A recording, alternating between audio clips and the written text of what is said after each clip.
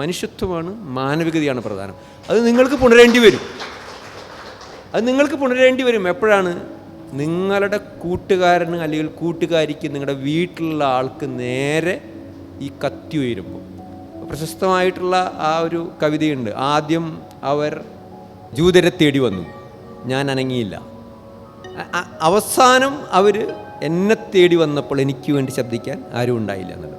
അപ്പോൾ നമുക്ക് മറ്റുള്ളവരെ തേടി വരുമ്പോൾ നമ്മളിവിടുന്ന് കൈകൊട്ടിച്ചിരിക്കുക.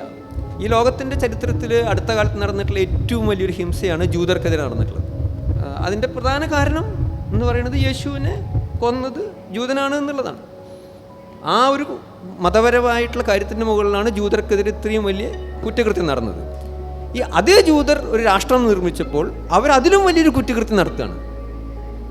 ഈ രണ്ടിനെയും പിന്തുണയ്ക്കുന്നത് ഒരേ ആളുകളാണ്.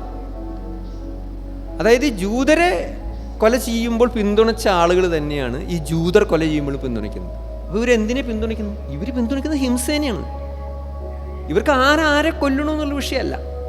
ആര് സിക്സർ അടിച്ചാലും കൈയടിക്കുന്ന പോലെ ആരെ കൊന്നാലും അത് നോക്കി കൈയടിക്കുന്ന ആളുകളെ നമ്മൾ ഭയക്കേണ്ടതുണ്ട്.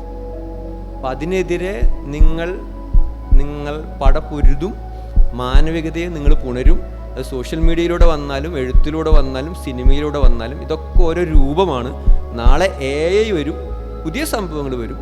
പക്ഷേ അതിനേക്കാളൊക്കെ പ്രധാനം മനുഷ്യത്വമാണ്, മാനവികതയാണ് എന്നുള്ളതാണ്.